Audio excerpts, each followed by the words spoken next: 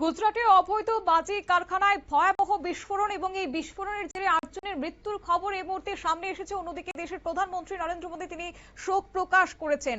আহমেদাবাদের আগুনে ঝলসে মৃত্যু হয়েছে অন্তত ৮ জন। পুলিশ সূত্রে খবর, রামুল গাত্রা রোডের পাশে একটি খোলা জায়গাতে অবস্থিত ছিল এই কারখানাটি। কিন্তু কিভাবে ঘটলো এই ঘটনা জানবো বিস্তারিত। সঙ্গে যুক্ত হয়েছে প্রতিনিধি সৌম মুখোপাধ্যায়। সৌম, আচমকাই যে খবর সামনে এসেছে অবৈধভাবে কিংবা বেআইনি বাজি কারখানায় ভয়ঙ্কর বিস্ফোরণ, কি জানতে পারছো?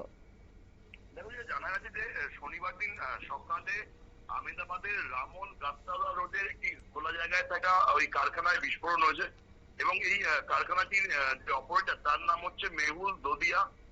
তদন্তকারীরা সূত্রে জানা গেছে যে কারখানাটির লাইসেন্স অনেক আগেই বাতিল করে দেওয়া হয়েছিল, কিন্তু তা সত্ত্বেও সেটিতে অবৈধভাবে বাজি তৈরি হচ্ছিল এবং এর ফলে শনিবার দিন সকালে আচমকা ওই কারখানায় বিস্ফোরণ হয় এবং বিস্ফোরণের পরে বিকট শব্দে গোটা এলাকা কেঁপে ওঠে। তারপরেই কারখানাতে আগুন লেগে যায় এবং ঘটনাটার কথা জানতে পেরেই বাইরে বেরিয়ে এসে স্থানীয় বাসিন্দারা উদ্ধার কাজে হাত লাগান এবং ঘটনাস্থলে তড়িঘড়ি পুলিশ এবং উদ্ধারকারী দল অ্যাম্বুলেন্স পৌঁছয়।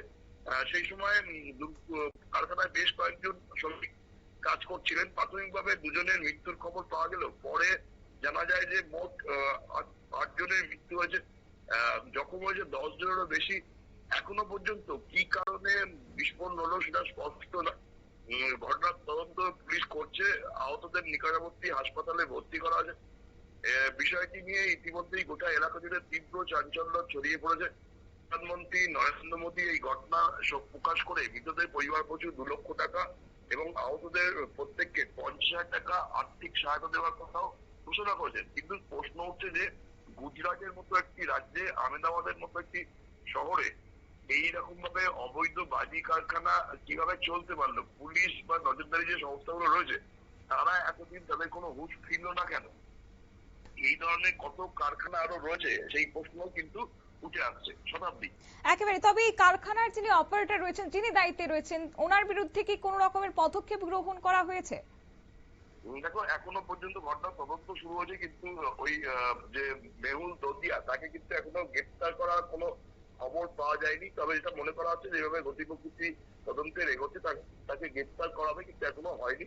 কিন্তু স্থানীয় বাসিন্দারা প্রশ্ন করছে যে কারখানাটি যেভাবে বেআইনিভাবে এতদিন ধরে চলছিল লাইসেন্স বাতিল হওয়ার পরেও, তাতে নজরদারি সংস্থাগুলো তারা কি করছিল এবং এরকম আরো কতগুলো কারখানা যারা অনুমোদন বাতিল হওয়ার পরে এখনো চলছে। এবং আজ যে ধরনের ঘটনা ঘটেছে যদি আগামী দিনেও ঘটে তাহলে কতজনের মৃত্যু এর মধ্যে হবে এবং কবে প্রশাসনের হুঁশ ফিরবে তা নিয়েও কিন্তু প্রশ্ন উঠছে। একেবারে, ধন্যবাদ।